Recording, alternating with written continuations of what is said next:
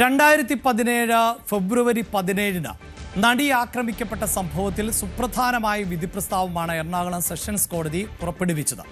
അതിൽ 8ാം പ്രതിയായിട്ടുള്ള ദിലീപ് കുറ്റക്കാരനല്ല എന്ന കണ്ടെത്തലിലേക്ക് കൂടി കോടതി എത്തിയിരുന്നു.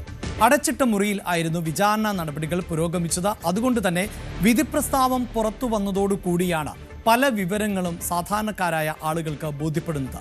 പ്രത്യേകിച്ച് കോടതി വിധി എന്നത് ഒരു രഹസ്യ ഡോക്യുമെൻ്റ് അല്ല, അതൊരു പബ്ലിക് ഡോക്യുമെൻ്റാണ്. ആ ഡോക്യുമെൻ്റ് പരിശോധിക്കുമ്പോഴാണ് 1 മുതൽ 6 വരെയുള്ള പ്രതികൾ, പൾസർ സുനിയിൽ തുടങ്ങി മാർട്ടിനിലൂടെ പ്രദീപ് വരെ എത്തി നിൽക്കുന്ന ആ പ്രതികൾ കുറ്റക്കാരാണ് എന്ന് കോടതി കണ്ടെത്തിയത്. അവർ ഗൂഢാലോചന നടത്തിയെന്നും അവർ ആ പെൺകുട്ടിയെ അതിക്രൂരമായി ബലാത്സംഗം ചെയ്യുന്നതിൽ എല്ലാവർക്കും പങ്കുണ്ട് എന്നും ആ കൃത്യം നിർവഹിച്ചത് പൾസർ സുനിയാണ് എന്നും കോടതിക്ക് ബോധ്യപ്പെട്ടു. എന്നാൽ 7 മുതൽ 10 വരെയുള്ള പ്രതികളെ കോടതി വെറുതെ വിട്ട സാഹചര്യം ഉണ്ടാകുന്നു. അങ്ങനെയാണ് ഗൂഢാലോചന നടത്തിയത് എന്ന് SIT വിലയിരുത്തുകയും കണ്ടെത്തുകയും ചെയ്ത നടൻ ദിലീപ് കുറ്റവിമുക്തൻ ആക്കപ്പെട്ടത്. ഈ ദിലീപിന് നേരെ 7 ഗൂഢാലോചനകൾ, അതായത് ദിലീപ് നടത്തിയ ഗൂഢാലോചനയുമായി ബന്ധപ്പെട്ട 7 ഘട്ടങ്ങൾ അല്ലെങ്കിൽ 7 പ്രധാനപ്പെട്ട തെളിവുകളും അതിൻ്റെ തുടർ വിശദാംശങ്ങളുമായിരുന്നു SIT സംഘം നൽകിയത്. അതോടൊപ്പം തന്നെ ഈ കേസിലെ ഓരോ സാക്ഷികളുടെയും മൊഴികൾ എന്നതും പ്രതിഭാഗത്തിൻ്റെയും വാദിഭാഗത്തിൻ്റെയും മൊഴികൾ എന്നതും ഏറെ നിർണായകമായിരുന്നു. അതിൻ്റെ വിശദാംശങ്ങൾ കഴിഞ്ഞ ദിവസവും ഞങ്ങൾ പ്രേക്ഷകർക്ക് വേണ്ടി പങ്കുവച്ചിരുന്നു. അതിൻ്റെ ഒരു തുടർച്ചയിലേക്കാണ് ഇന്നും ഞങ്ങൾ പോകുന്നത്. ഇതിൽ തന്നെ ഈ ഗൂഢാലോചനയുമായി ബന്ധപ്പെട്ട വളരെ പ്രധാനപ്പെട്ട ഒരു വാർത്ത നേരത്തെ പുറത്തു വന്നിരുന്നു. അത് ദിലീപിനെ കുരുക്കിയ ഒരു ഫോട്ടോയുമായി ബന്ധപ്പെട്ട വാർത്ത ആയിരുന്നു. അതായത് നടൻ ദിലീപ് ഉള്ള ഒരു സെൽഫി, ആ സെൽഫിയുടെ വാർത്ത നേരത്തെ പുറത്തു വന്നിരുന്നു. ഒരു ഷൂട്ടിംഗ് ലൊക്കേഷനിൽ വെച്ച് മറ്റൊരാളെടുത്ത, ദിലീപിനെ ചേർത്ത് വെച്ചുകൊണ്ടെടുത്ത ഒരു സെൽഫി. ആ സെൽഫിയിൽ പൾസർ സുനിയുടേത് ഉൾപ്പെടെയുള്ള ചിത്രം പതിഞ്ഞു എന്നുള്ളതായിരുന്നു വിവരം. ഇത് ദിലീപിനെതിരായ പ്രധാനപ്പെട്ട തെളിവ് എന്ന നിലയിൽ പ്രോസിക്യൂഷൻ കോടതിയിൽ അവതരിപ്പിക്കുന്നു എന്നും അത് ദിലീപ് ആണ് ഈ ഗൂഢാലോചനയ്ക്ക് പിന്നിൽ എന്നതിൻ്റെ നിർണായകമായ തെളിവായി മാറുന്നു എന്നും ഉള്ള റിപ്പോർട്ടുകൾ ആയിരുന്നു ഒരു ഘട്ടത്തിൽ പുറത്തു വന്നത്. അതുകൊണ്ട് തന്നെ അതിനെ ദൈവത്തിൻ്റെ കയ്യൊപ്പുള്ള സെൽഫി എന്നാണ് പൊതുവെ വിശേഷിപ്പിച്ചിരുന്നത്. അങ്ങനെയുള്ള തെളിവുകളും വിവരങ്ങളും ഉൾപ്പെടെ ആണ് അന്വേഷണ സംഘത്തിന് കണ്ടെത്താൻ സാധിച്ചത് എന്നും ആ വിശദാംശങ്ങൾ ഉൾപ്പെടെ കോടതിയിൽ സമർത്ഥിച്ചുകൊണ്ട് ദിലീപ് കുറ്റക്കാരനാണ് എന്നതിലേക്ക് കോടതി എത്തുകയും ചെയ്യും എന്നുള്ളതായിരുന്നു പൊതുവെ വിലയിരുത്തപ്പെട്ടിരുന്നത്. അത്തരം അഭിഭാഷകരുടെ ഭാഗത്തു നിന്നുണ്ടായ പ്രതികരണങ്ങളൊക്കെ നമ്മൾ ദിവസങ്ങളോളം കേട്ടിരുന്നതാണ്. പക്ഷേ വിധി പ്രസ്താവം വന്നപ്പോൾ ദിലീപ് കുറ്റക്കാരനല്ല എന്നാണ് കോടതി കണ്ടെത്തിയത്. എന്തായിരുന്നു അതിൻ്റെ സാഹചര്യം എന്നതാണ് നമ്മൾ വിലയിരുത്താൻ പോകുന്നത്. ന്യൂസ് ഡെസ്കിൽ നിന്ന് മഞ്ജുഷ് ഗോപാൽ ആണ് ചേരുന്നത്. മഞ്ജുഷ്, കഴിഞ്ഞ ദിവസങ്ങളിൽ നമ്മൾ ഈ കേസിൻ്റെ വിധി പ്രസ്താവവുമായി ബന്ധപ്പെട്ട ഓരോ ഭാഗങ്ങൾ പ്രേക്ഷകരിലേക്ക് എത്തിച്ചിരുന്നു. അതിൽ തന്നെ അതിജീവിതയുടെ മൊഴി, ആ മൊഴിയിലെ വൈരുദ്ധ്യം എന്തായിരുന്നു, എന്തുകൊണ്ടാണ് കോടതി അത് മുഖവിലയ്ക്കെടുക്കാതിരുന്നത്, അതോടൊപ്പം തന്നെ മറ്റ് നടികൾ നൽകിയ അമ്മയുടെ ഭാഗമായിട്ടുള്ള താരങ്ങളുടെ മൊഴിമാറ്റം ഏത് നിലയിലാണ് സ്വാധീനിച്ചത്, ഈ ഗൂഢാലോചന എന്ന് പറയുമ്പോൾ തന്നെ അബാദ് പ്ലാസിയിലെ 410ാം മുറിയിൽ ഉണ്ടായ ഗൂഢാലോചന, ആ വാദം എങ്ങനെയാണ് പൊളിഞ്ഞത് എന്നതുൾപ്പെടെ നമ്മൾ പ്രേക്ഷകരുമായി പങ്കുവെച്ച് കഴിഞ്ഞതാണ്. ഒപ്പം മെമ്മറി കാർഡിൻ്റെ ഹാഷ് വാല്യൂ മാറിയതുമായി ബന്ധപ്പെട്ട വാദങ്ങൾ. ഇനി നമ്മൾ പ്രേക്ഷകരോട് പങ്കുവെക്കാൻ പോകുന്നത് ഈ സെൽഫി, അതിനെ ദൈവത്തിൻ്റെ കയ്യൊപ്പുള്ള സെൽഫി എന്ന നിലയിലായിരുന്നല്ലോ പൊതുവെ വിശേഷിപ്പിച്ചിരുന്നത്. അത് പക്ഷേ ആയി ബന്ധപ്പെട്ടൊരു വാദം എന്നാണ് നമുക്ക് മനസ്സിലാക്കാൻ സാധിക്കുന്നത്. ഒപ്പം കോടതി വിധിയിൽ പറയുന്നത് മഞ്ജുഷ്. അഭിലാഷ് പറഞ്ഞതുപോലെ ഏത് കുറ്റകൃത്യത്തിലും അവസാനം കുറ്റവാളി അറിയാതെ ഒരു തെളിവ് അവിടെ അവശേഷിച്ചിട്ടുണ്ടാവും. അതിനെയാണ് ദൈവത്തിന്റെ കയ്യൊപ്പ് എന്ന് വിശേഷിപ്പിക്കുന്നത്. ഏറ്റവും ഒടുവിൽ ആ അവശേഷിക്കുന്ന തെളിവ് ആ കുറ്റകൃത്യം തെളിയിക്കുന്നതിന് കാരണമായി മാറാറുമുണ്ട്. ഒരുപാട് കുറ്റകൃത്യങ്ങളിൽ ഇത് കാണാറുള്ളതാണ്. അതുകൊണ്ട് തന്നെയാണ് നടിയെ ആക്രമിച്ച കേസിൽ ഗൂഢാലോചന തെളിയിക്കുന്നതിന് വേണ്ടി, അതായത് പൾസർ സുനിയും ദിലീപുമായുള്ള അടുത്ത ബന്ധം തെളിയിക്കുന്നതിന് വേണ്ടി ഒരു ഫോട്ടോഗ്രാഫ് ഉണ്ട്.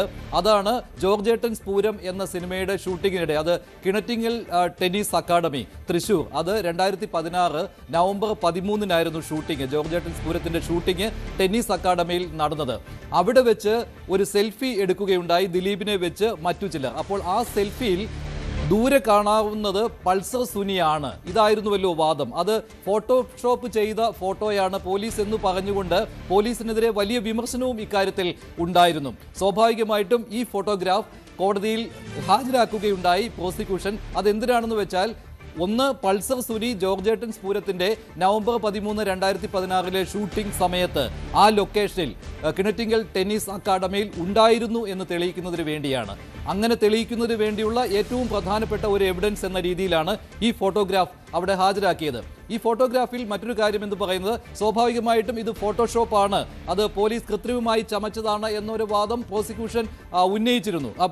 പ്രോസിക്യൂഷൻ അല്ല, ദിലീപിന്റെ അഭിഭാഷകൻ ഉന്നയിച്ചിരുന്നു. പക്ഷേ അത് കോടതിയിൽ തെളിയിക്കാൻ കഴിഞ്ഞില്ല. ഇത് ഫോട്ടോഷോപ്പ് അല്ല. ഇന്നലെയും രാഹുൽ ഈശ്വർ പറയുന്നത് കേട്ടായിരുന്നു, പോലീസ് ഫോട്ടോഷോപ്പ് നടത്തി ഈ കേസിൽ അങ്ങനെ ഒരു വ്യാജ ഫോട്ടോ കോടതിയിൽ ഹാജരാക്കിയെന്ന്. പക്ഷേ അത് ഫോട്ടോഷോപ്പ് ആയിരുന്നില്ല, അത് ഒറിജിനൽ ഫോട്ടോ തന്നെയായിരുന്നു. അത് സയന്റിഫിക് എവിഡൻസ് ഉണ്ടായിരുന്നു. അത് ആ കാര്യത്തിൽ സയന്റിഫിക് എവിഡൻസ് അങ്ങനെ ഒരു മൊഴി പോലും കിട്ടിയിരുന്നു. അത് ശാസ്ത്രീയ പരിശോധന നടത്തിയതിന്റെ മൊഴിയായിരുന്നു. എക്സ്പെർട്ടിന്റെ മൊഴി ഇക്കാര്യത്തിൽ കോടതിയിലും രേഖപ്പെടുത്തുകയുണ്ടായി. അങ്ങനെ അത് ഫോട്ടോഷോപ്പ് അല്ല എന്ന് തെളിഞ്ഞു. പക്ഷേ മറ്റൊരു കാര്യം എന്ന് പറയുന്നത് ഇത് പൾസർ സുനി ആണോ എന്നുള്ള കാര്യം. ഈ പുറയിൽ നിൽക്കുന്നയാൾ പൾസർ പുറയിലല്ല, തൊട്ട് പുറയിലല്ല, ഒരുപാട് അകലെയാണ്. ആ ഫോട്ടോയിൽ ഒരുപാട് അകലെയാണ്. അത് പൾസർ സുനി ആണോ എന്ന് ഐഡന്റിഫൈ ചെയ്യാൻ പോലും പറ്റുകയില്ല. എല്ലാവർക്കും അറിയാവുന്നതാണ് ആ ഫോട്ടോഗ്രാഫ്. അപ്പോൾ അത് പൾസർ സുനി ആണോ എന്ന് തെളിയിക്കുന്നതിന് വേണ്ടിയായിരുന്നു ആണ് അടുത്ത ശ്രമം നടന്നത്. പക്ഷേ അത് വലിയ രീതിയിൽ കോടതിയിൽ വാദമുണ്ടായില്ല. അതിന് കാരണം പൾസർ സുനി ആ ഷൂട്ടിംഗ് ലൊക്കേഷനിൽ വന്നില്ല എന്നത് ദിലീപിന്റെ അഭിഭാഷകന്റെ ഒരു വാദമായിരുന്നില്ല, വന്നു എന്ന് തന്നെയായിരുന്നു. അതായത് പൾസർ സുനി ആ ഷൂട്ടിംഗ് ലൊക്കേഷനിൽ ഉണ്ടായിരുന്നു എന്ന് തന്നെയായിരുന്നു. അവിടെ തന്നെ ഈ ഫോട്ടോഗ്രാഫ് വലിയ രീതിയിൽ പ്രോസിക്യൂഷൻ ഉപയോഗിക്കുവാൻ കഴിഞ്ഞില്ല. കാരണം ദിലീപിന് അങ്ങനെ ഒരു ആർഗ്യുമെന്റ് ഇല്ലായിരുന്നു, പൾസർ സുനി ആ സെറ്റിൽ ഇല്ലായിരുന്നു എന്നതിന്. പൾസർ സുനി അവിടെ ഒരു സബ്സ്റ്റിറ്റ്യൂട്ട് ഡ്രൈവറായിട്ട് വന്നിട്ടുണ്ടായിരുന്നു. അപ്പോൾ പിന്നെ മറ്റൊരു കാര്യം എന്ന് പറയുന്നത് പൾസർ സുനിയും ദിലീപുമായിട്ട് അവിടെ വെച്ച് സംസാരിച്ചു എന്ന കാര്യം തെളിയിക്കുന്നതിന് വേണ്ടിയായിരുന്നു. അതിനും ഈ ഫോട്ടോഗ്രാഫ് ഉപയോഗിക്കുകയുണ്ടായി. അതായത് അവിടെ വെച്ച് സംസാരിച്ചു കൊണ്ടിരുന്ന സമയത്ത് ഇങ്ങനെ ചിലർ വന്നു, അവിടെ സെൽഫി എടുത്തു. അപ്പോൾ പൾസർ സുനി മാറി നിൽക്കുകയായിരുന്നു, ആ ഫോട്ടോയിൽ പതിഞ്ഞു എന്നൊക്കെ ആർഗ്യുമെന്റ് വന്നു. പക്ഷേ അതൊന്നും കോടതിയുടെ പരിഗണനയിലേക്ക് വന്ന കാര്യമല്ല. അവിടെ കിണറ്റിങ്ങൽ ടെന്നീസ് അക്കാഡമിയിൽ പ്രോസിക്യൂഷൻ ഉന്നയിച്ച പ്രധാനപ്പെട്ട കാര്യം അവിടെ ഒരു കാരവൻ പാർക്ക് ചെയ്തിട്ടുണ്ടായിരുന്നു, ദിലീപിന്റെ കാരവൻ. ആ കാരവന്റെ പുറകിൽ വെച്ച് ഇവർ രണ്ടുപേരും സംസാരിച്ചു. അതൊരു ഗൂഢാലോചനയായിരുന്നു. ഓർക്കണം, ആ ഡേറ്റ് എന്ന് പറയുന്നത് നവംബർ 13, 2016. അതായത് ഈ നടിയെ ആക്രമിച്ച സംഭവം ഉണ്ടാകുന്നതിന് കൃത്യം 3 മാസങ്ങൾക്ക് മുമ്പായിരുന്നു ഈ കൂടിക്കാഴ്ച. അതായത് ഈ സമയത്ത് ഈ നവംബറിൽ തുടർച്ചയായിട്ടുള്ള 3 കൂടിക്കാഴ്ചകൾ ദിലീപും പൾസർ സുനിയും തമ്മിൽ നടത്തി. ഒന്ന് 8-ാം തീയതി നവംബർ, 2 ഈ പറയുന്ന 13-ാം തീയതി, തൊട്ട് പിറ്റേ ദിവസം തൊടുപുഴയിൽ ഇതേ സിനിമയുടെ ലൊക്കേഷനിൽ വെച്ച് അടുത്തത്.